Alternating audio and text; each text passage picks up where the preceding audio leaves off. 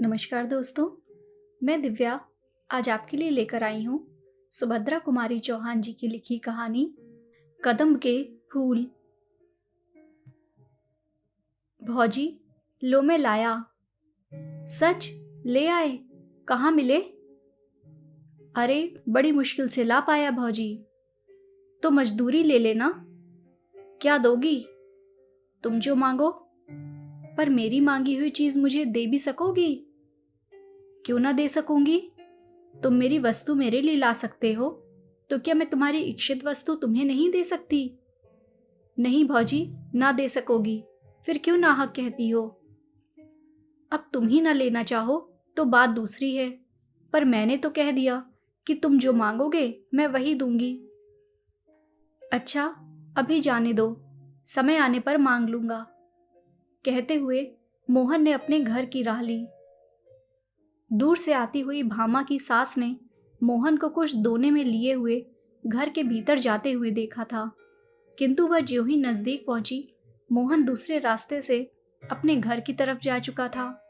वे मोहन से कुछ पूछ न सकी, पर उन्होंने ये अपनी आंखों से देखा था कि मोहन कुछ दोने में लाया है, किंतु क्या लाया है यह ना जान सकी। घर आते ही उन्होंने बहू से पूछा, मोहन दोने में क्या लाया था? भामा मन ही मन मुस्कुराई, बोली, मिठाई। बुढ़िया क्रोध से तिलमिला उठी, बोली, इतना खाती है, दिन भर बकरी की तरह मुंह चला ही करता है, फिर भी पेट नहीं भरता। बाजार से भी मिठाई मंगा मंगा के खाती है। अभी मैं ना देखती तो क्या तू कभी बतलाती? भामा मुस्कुराते हुए, तो बतलाती क्यों? कुछ बतलाने के लिए थोड़ी ही मंगवाई थी। क्यों?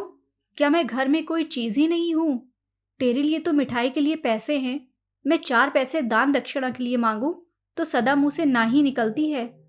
तेरा आदमी है तो मेरा भी तो बेटा है, क्या उसकी कमाई में मेरा कोई हक ही नहीं? मुझे तो 2-4 सूखी रोटी छोड़कर कुछ भी नसीब ना हो, और तू मिठाई मंगा मंगा के खाए। कर ले जितना तेरा जी चाहे, भगवान तो ऊपर से देख रहा है, वह तो सजा देगा ही। मुस्कुराते हुए, क्यों कोस रही हो माँ जी? मिठाई एक दिन खा ही ली तो क्या हो गया? अभी रखी है, तुम भी ले लेना। चल रहने दे, अब इन मीठे पुचकारों से किसी और को बहकाना। मैं तेरे हाल सब जानती हूँ। तू समझती होगी कि तू जो कुछ करती है वह कोई नहीं जानता। मैं तो तेरी नस नस पहचानती हूँ। दुनिया में बहुत सी औरतें देखी हैं, पर सब तेरे तले तले। मुस्कुराते हुए, सब मेरे तले तले ना रहेंगी तो करेंगी क्या? मेरी बराबरी कर लेना मामूली बात नहीं है, मैं ऐसी वैसी थोड़े हूं। चल चल, बहुत बड़प्पन ना बघार, नहीं तो सब बड़प्पन निकाल दूंगी। भामा अब कुछ चिढ़ गई थी, बोली, बड़प्पन कैसे निकालोगी माँ जी? क्या मारोगी? माँ जी को और भी क्रोध आ गया और बोली, मारूंगी भी तो मुझे कौन रोक लेगा? मैं गंगा को मार सकती हूँ, तो क्या तुझे मारने में कोई मेरा हाथ पकड़ लेगा? मारो, देखो कैसे मारती हो। मुझे वह बहू ना समझ लेना जो सास की मार चुपचाप सह लेती है। तो क्या तू भी मुझे मारेगी? बाप रे बाप, इसने तो घड़ी भर में मेरा पानी उतार दिया। मुझे मारने कहती है। आने दे गंगा को। मैं कहती हूँ कि भाई तेरी स्त्री की मार सहकर अब मैं घर में ना रह सकूंगी। मुझे अलग झोपड़ा डाल दे, मैं वहीं पड़ी रहूंगी। जिस घर में बहू सास को मारने के लिए खड़ी हो जाए, वहां रहने का धर्म नहीं। यह कहते कहते माँ जी जोर जोर से रोने लगी। भामा ने देखा कि बात बहुत बढ़ गई, अतः वह बोली, मैंने तुम्हें मारने को तो नहीं कहा माँ जी, क्यों झूठ मूठ कहती हो?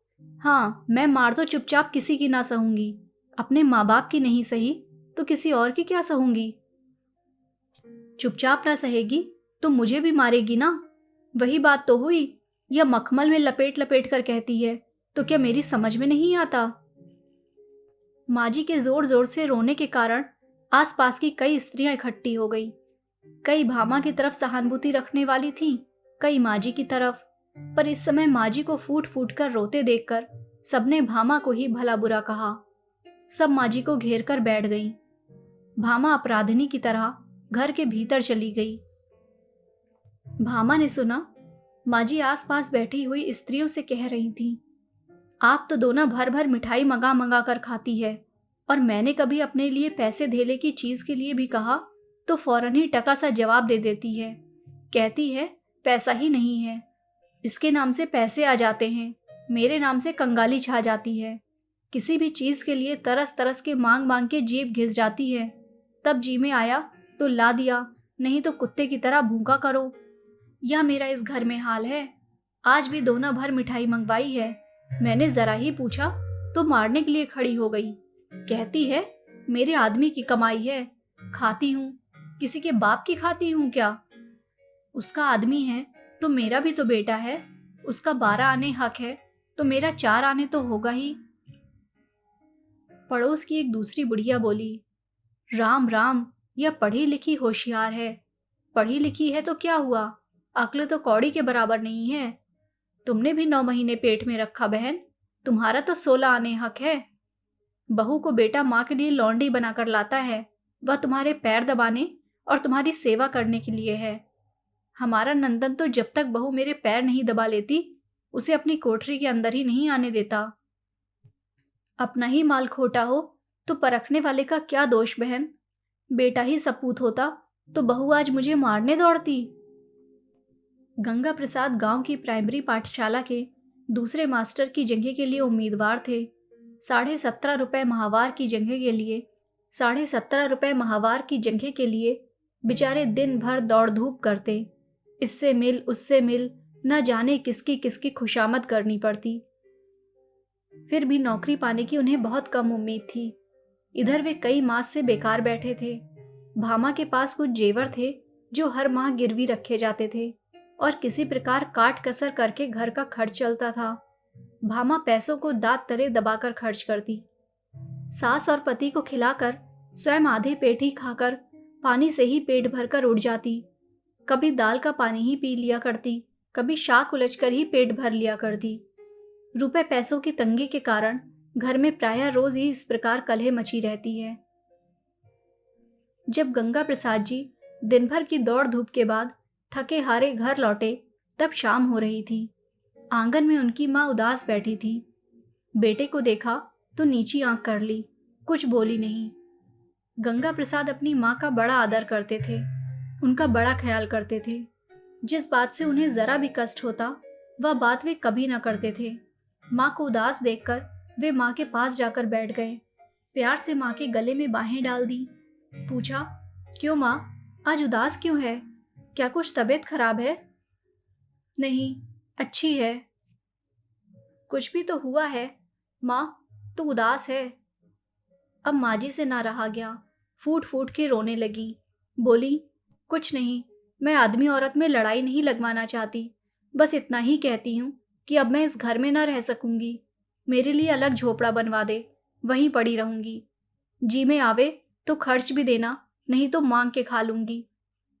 क्यों माँ, क्या कुछ झगड़ा हुआ है? सच सच कहना। आज ही क्या है, यह तो 30 दिन की बात है। तेरी घरवाली ने मोहन से मिठाई मंगवाई, वह दोना भर मिठाई मेरे सामने लाया। मैं जरा पूछने गई तो कहती है, हाँ मंगवाती हूँ, खाती हूँ, अपने आदमी की कमाई खाती हूँ, कुछ तुम्हारे बाप का तो नहीं खाती। जब मैंने कहा कि तेरा आदमी है तो मेरा भी तो बेटा है, उसकी कमाई में मेरा भी हक है, तो कहती है कि तुम्हारा हक जब था तब था, अब तो सब मेरा है। ज्यादा बोलोगी तो मार के घर से निकाल दूंगी। तो बाबा तेरी औरत है, तू ही उसकी मार से है। मैं मांग के पेट भले भर लूं, पर बहू के हाथ की मार ना खाऊंगी। गंगा प्रसाद अब ना सह सके, बोले, बहू तुझे मारेगी माँ? मैं ही ना उसके हाथ पैर तोड़कर डाल दूंगा। कहते हुए वे हाथ की लकड़ी उठाकर बड़े गुस्से से भीतर गए। भामा को डांट कर पूछा, क्या मंगाया था तुमने मोहन से? गंगा प्रसाद के इस प्रश्न के उत्तर में कदम्ब के फूल थे भैया, कहते हुए मोहन ने घर में प्रवेश किया। तब तक भामा ने दोना उठाकर गंगा प्रसाद के सामने रख दिया था। दोने में 8-10 पीले पीले गोल गोल बेसन के लड्डुओं की तरह कदम्ब के फूलों को देखकर गंगा प्रसाद को हंसी आ गई। मोहन ने दोने में से एक फूल उठाकर कहा, कितना सुंदर है यह फूल भौजी। धन्यवाद।